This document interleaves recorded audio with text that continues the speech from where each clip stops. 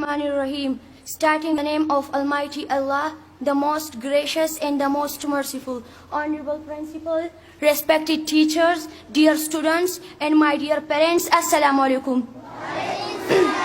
Good morning to all present here today on this very special day, occasion of result day. I am Hasanat, student of class 6. I have selected the topic girls education to speak about her. Imagine this world full of helps, half a flower, half a sun, half your favorite movie, half your face, or even half your school. How would the world look? One world incomplete, so imperfect. So how can we even think of sending half the children to school and the other half at home? Or keep half of yourself at home and the other half in the playground? That is how defective. It is when we think of boys sent to school and girls being kept at home deprived of education. Education is such a tool that makes you capable. It chases out moral and intellectual advancement marked by refinement and taste and manners. In simpler, education makes women are born with a lot of those values. So I believe, so the effort to make the society a better place, the presence of women in the society not just in the comfort of their homes,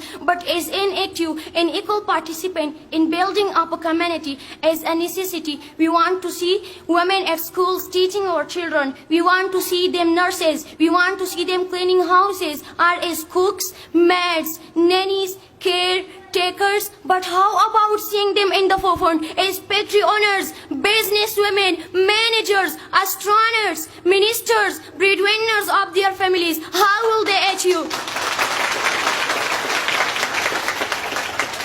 How will they achieve these girls if 85% of the population that resides village does not send their girls children to school? Your Excellency, the efficacy of creating a prosperous nation ceases. In Pakistan, it is the mindset of the people that needs to be altered. We must focus upon the objective of modifying Pakistan from developing nation to developed nation. Even God has given the children same brain structure, same intelligence, same learning and grasping abilities. The teacher will teach us. The schools we go in whether in cities or in village do not differentiate or discriminate. Then who is stopping the girls from learning? Who should we term as our enemy? So it is of paramount importance to give our girls this sense of standard they have within them. It is their belief, their ideology, their choice to study and explore the wonderful world of books. Then it is equally magnificent to educate the conservative and traditionalist families. How will they achieve these goals?